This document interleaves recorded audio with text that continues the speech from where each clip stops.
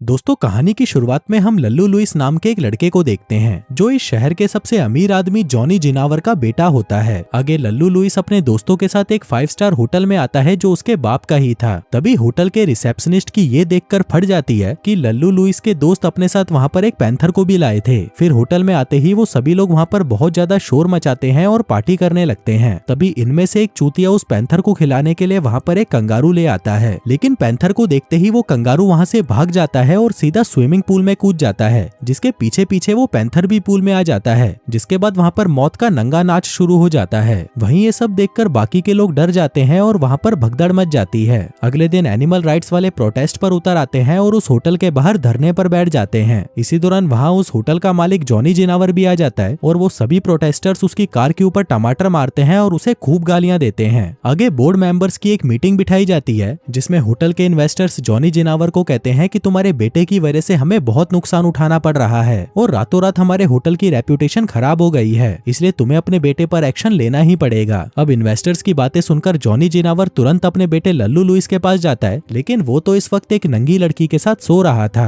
तभी जॉनी उसे उठाकर उसे पूछता है कि भीड़ के लिमंड तूने ऐसा क्यों किया। लल्लू लुइस कहता है क्योंकि मुझे ये करने में बहुत मजा आता है और मैं ये आगे भी करूंगा। दरअसल उसे अपने बाप के पैसों पर बहुत घमंड था और साथ ही उसे ये भी पता था कि कोई भी उसके झांट का एक बाल भी नहीं उखाड़ सकता। अब उसकी ये बातें सुनकर जॉनी जिनावर गुस्सा हो जाता है और वहाँ से वापस जाते वक्त वो अपने बेटे के कपड़े उठाकर उसे कचरे में फेंक देता है। हम देखते हैं कि वो अपने बेटे की हरकतों की वजह से बहुत परेशान हो चुका था और उसे कुछ समझ नहीं आ रहा था कि वो इस गधे की गींड को सुधारने के लिए क्या करे। फिर रात को जब वो अपने घर पर होता है तब उसकी गर्लफ्रेंड मुन्नी मस्तानी उस पर बहुत गुस्सा करती है। दरअसल उन लोगों को आज एक इवेंट पर जाना था, लेकिन जॉनी जिनावर टाइम पर घर नहीं पहुंचा, जिस वजह से उनका वो इवेंट मिस हो गया था। तभी जॉनी जिनावर मुन्नी मस्तानी को अपने बेटे की हरकतों के बारे में बताते हुए कहता है कि मैं इस लड़के से बहुत ज्यादा परेशान हो चुका हूँ, मुझे कुछ समझ नहीं आ रहा मैं इसे कैसे सुधारूं। तभी मुन्नी मस्तानी उसे समझाते हुए कहती है कि तुम्हें ऐसे हिम्मत नहीं हारनी चाहिए और तुम्हें अपने बेटे को सुधरने के लिए थोड़ा और समय देना चाहिए। फिर अगले दिन जॉनी जिनावर अपने एक घनिष्ठ दोस्त बाबा सतमोला से मिलने जाता है जो एक फिल्म डायरेक्टर था और अभी वो एक एड की शूटिंग कर रहा था। आगे वो उस एड को जॉनी जिनावर को भी दिखाता है, लेकिन उसे वो एड अच्छा नहीं लगता। वो सतमोला से कहता है कि तेरी मॉडल की चूचियां इतनी सॉलिड नहीं है जितनी होनी चाहिए। इस पर बाबा सतमोला उसे कहता है कि मैं खुद इस मॉडल से परेशान हूँ, ये साली खुद को एक सुपरस्टार समझती है लेकिन एक्टिंग इसे झांट भर भी नहीं आती। अब बाबा सतमोला का काम देखकर जॉनी जिनावर को एक आइडिया आता है और वह जाने से पहले उसे एक मूवी बनाने का ऑफर देता है। फिर उसी रात हम लल्लू लुइस को देखते हैं जो एक बार में से 2 रशियन लड़कियों को उठाता है। कहता है कि आज तो पूरी रात 2-2 गुलाबियां बजाऊंगा, पर तभी उसकी नजर अपनी कार पर पड़ती है जिसको पुलिस वाले टो करके ले जा रहे थे। लल्लू लुइस उनके पीछे भागता है, लेकिन तभी एक बेहोशी का इंजेक्शन सीधा आकर उसकी गर्दन पर लगता है जिससे वो वहीं पर बेहोश हो जाता है। फिर अगली सुबह जब उसकी आंखें खुलती है तो वह खुद को एक अजीब से कमरे में पाता है। तभी गुल्ली नाम का एक आदमी उसे उठाते हुए कहता है कि जल्दी करो, तुम्हें लेट नहीं होना है। लेकिन लल्लू लुइस को कुछ समझ नहीं आ रहा था कि ये आदमी उसे बोल क्या रहा है। तभी वहाँ पर पप्पू जलजीरा नाम का एक और आदमी आता है और वह लल्लू लुइस पर चिल्लाने लगता है। वो गुल्ली को भी दूसरी तरफ धकेल देता है और उसे पकड़कर कुत्ते की तरह मारता है। इसके बाद वो लल्लू लुइस को अपना नौकर कहकर बुलाता है और उसे तुरंत काम पर जाने को कहता है। वहीं लल्लू लुइस को अभी भी कुछ समझ नहीं आ रहा था, लेकिन फिर भी वो उठकर बाहर चला जाता है। पर तभी अपने आसपास का नजारा देखकर वो समझ जाता है कि वो असल में 18वीं शताब्दी में पहुंच चुका है। लेकिन ऐसा कैसे मुमकिन है? क्या वो सच में टाइम ट्रेवल कर सकता है? जो सभी सवाल उसे बहुत ज्यादा परेशान कर रहे थे, लेकिन उसके पास इनका कोई जवाब नहीं था। तभी पप्पू जलजीरा भी उसके पीछे वहाँ पर आ जाता है और उसे जल्दी से अपने काम पर लगने के लिए कहता है। आगे लल्लू लुइस गड़बड़ घोटाला नाम के एक आदमी को देखता है जो इस गाँव का मुखिया था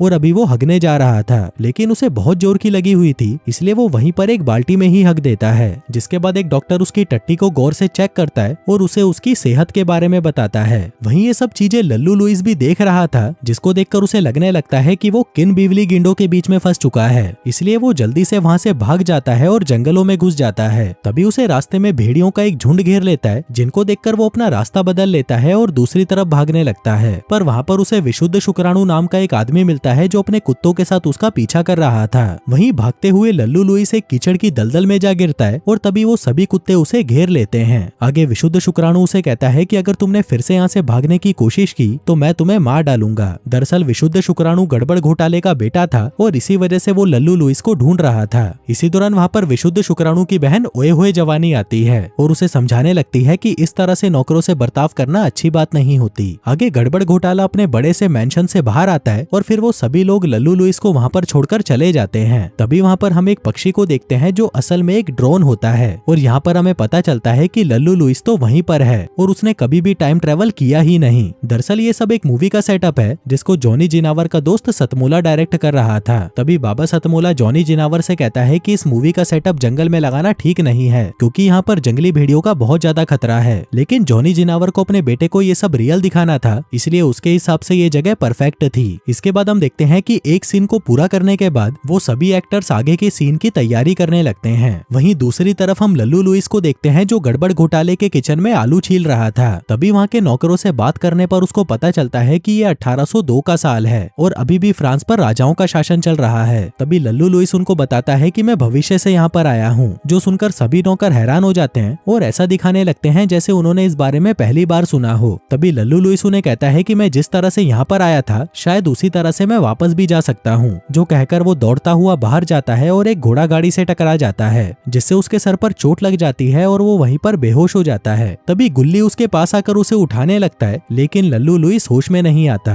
वहीं ये सब देखकर जॉनी जिनावर को लगता है कि उसका बेटा मर चुका है और वो उसकी याद में रोने लगता है। पर तभी लल्लू लुइस को होश आ जाता है जो देखकर सतमोला इस नाटक को जारी रखने के लिए कहता है। अब ऐसे ही दिन गुजरने लगते हैं और लल्लू लुइस को यहाँ पर रहने की आदत हो जाती है। इसी बीच जॉनी जिनावर मुन्नी मस्तानी को भी अपने बेटे की लाइफ दिखाने के लिए वहाँ पर इन्वाइट करता है। फिर एक दिन लल्लू लुइस को ओए होए जवानी दिखाई देती है जो कि रो रही थी। फिर उसके पूछने पर वो उसे बताती है कि उसका बाप उसकी शादी एक अमीर बुढ़े से करवाना चाहता है, लेकिन वो तो सिर्फ उसी से ही शादी करना चाहती है जो उससे सच्चा प्यार करे। तभी लल्लू लुइस उसे कहता है कि तुम्हें ये शादी कर लेनी चाहिए क्योंकि वो बुढ़ा तो कुछ ही दिनों बाद मर जाएगा और फिर उसकी सारी दौलत तुम्हारी हो जाएगी। जो कहकर वो वहाँ से चला जाता है। वहीं ये सब होता देख मुन्नी मस्तानी जॉनी से कहती है कि तुम जो ये कर रहे हो वो सब गलत है, तुम ऐसे ही अपने बेटे पर एक्सपेरिमेंट्स नहीं कर सकते। लेकिन तभी जॉनी जिनावर उसे समझाते हुए कहता है कि मैं बस ये उसकी भलाई के लिए कर रहा हूँ। फिर एक दिन ओए होए जवानी के साथ झुमरी तलैया नाम की एक लड़की घुड़सवारी कर रही थी और वहीं लल्लू लुइस दूर से उन दोनों को देख रहा था।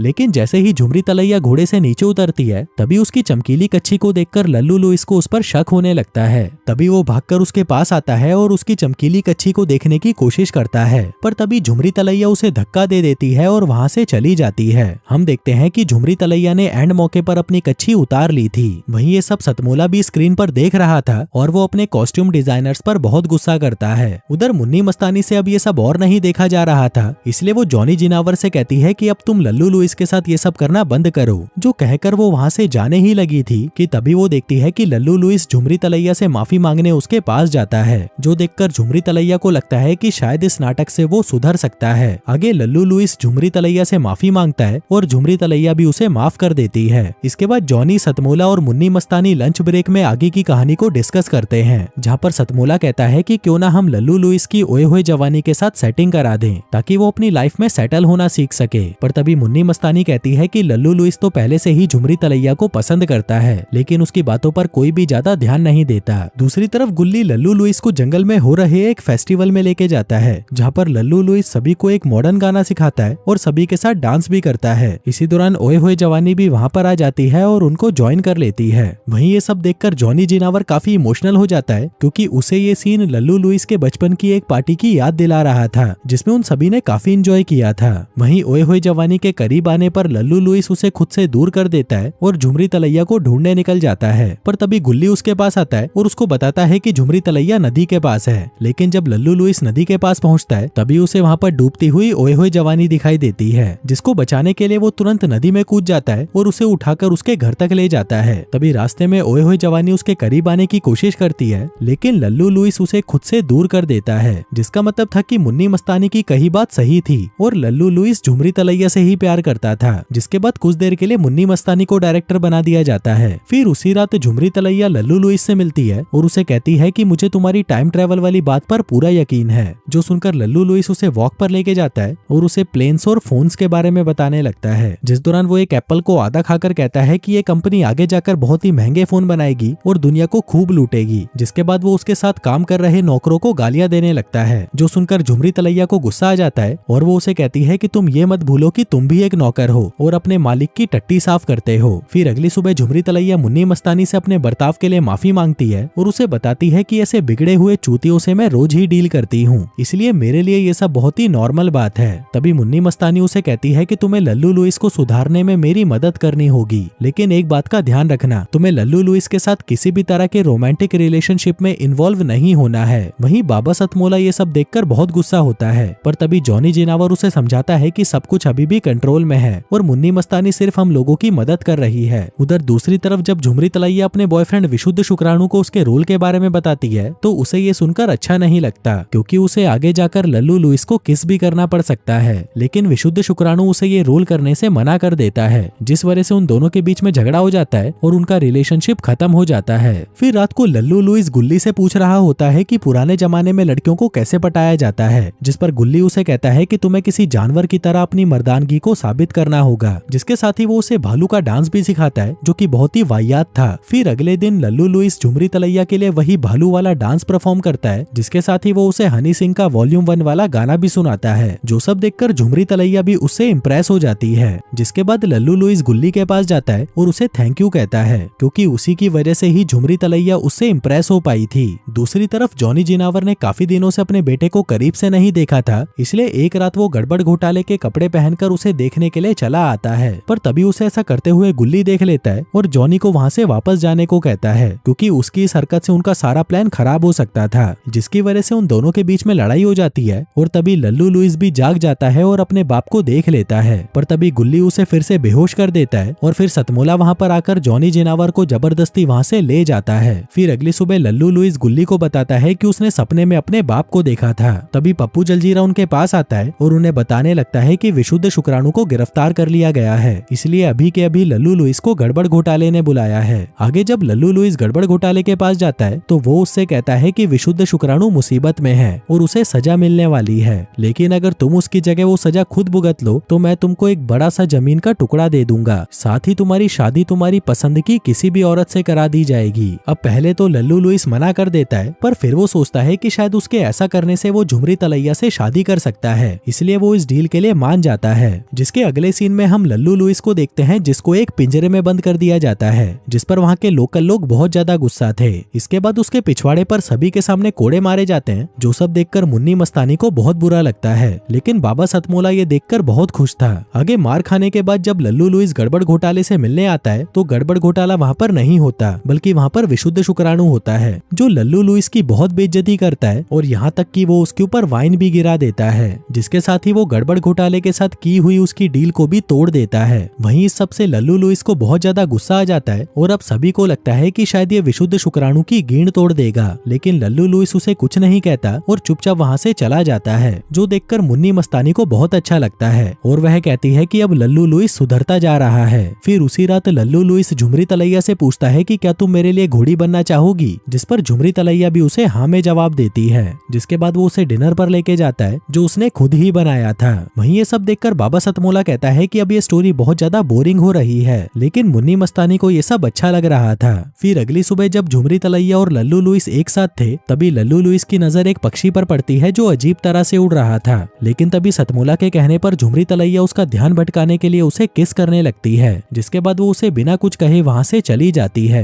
वहीं ये सब देखकर मुन्नी मस्तानी को ठीक नहीं लगता, इसलिए वो इस नाटक को यहीं रोकने के लिए कहती है, क्योंकि झूठ की बुनियाद पर बना हुआ रिश्ता सही नहीं होता। लेकिन बाबा सतमोला अभी ये सब बंद नहीं कर सकता था, जिस वजह से उसके और मुन्नी मस्तानी के बीच में लड़ाई हो जाती है और मुन्नी मस्तानी गुस्सा होकर वहाँ से चली जाती है। तभी जॉनी जिनावर भी सतमोला को ये नाटक खत्म करने को कहता है, लेकिन नाटक को खत्म करने से पहले बाबा सतमोला उस गांव में वाइकिंग्स की एंट्री करवा देता है, ताकि वो ये देख सके कि लल्लू लुइस की गींड में कितना दम बचा है। वहीं लल्लू लुइस के पास गुल्ली भागता हुआ आता है और उसे बताता है कि झुमरी तलैया मुसीबत में है, जो सुनते ही लल्लू लुइस सीधा गांव की तरफ भागता है। पर वहां पर पहुंचकर उसे पता चलता है कि वाइकिंग के एक लीडर ने झुमरी तलैया को अपनी पत्नी के तौर पर चुन लिया था और झुमरी तलैया भी मदद के लिए जोर जोर से चिल्ला रही थी। वहीं ये सब देखकर लल्लू लुइस की फट जाती है और वो वहाँ से जाने लगता है, पर तभी उसे वहाँ पर एक पक्षी दिखाई देता है, जिसको वो एक सिग्नल समझता है और एक मोटी सी लकड़ी उठाकर भागते हुए सीधा झुमरी तलैया के पास आ जाता है। जिसके बाद वो सभी को मारकर घायल कर देता है और झुमरी तलैया को लेकर दूर चला जाता है। लेकिन कुछ ही दूर जाने पर उसे वहाँ पर मुन्नी मस्तानी, जॉनी और बहुत सारे गार्ड्स दिखाई देते हैं। अब इससे पहले कि वो कुछ समझ पाता, तभी उसे एक इंजेक्शन देकर बेहोश कर दिया जाता है। फिर कुछ देर बाद जब उसकी आंख खुलती है तो वह अपने घर पर होता है, जहाँ उसे बताया जाता है कि उसका एक्सीडेंट हो गया था और वह पिछले 3 महीनों से कोमा में था। वहीं जब लुइस को पता चलता है कि वो सब बस एक सपना था तो वह डिप्रेशन में चला जाता है। फिर एक दिन लल्लू लुइस को रास्ते में गुल्ली दिखाई देता है, लेकिन कॉन्ट्रैक्ट की वजह से गुल्ली उससे कोई भी बात नहीं कर पाता।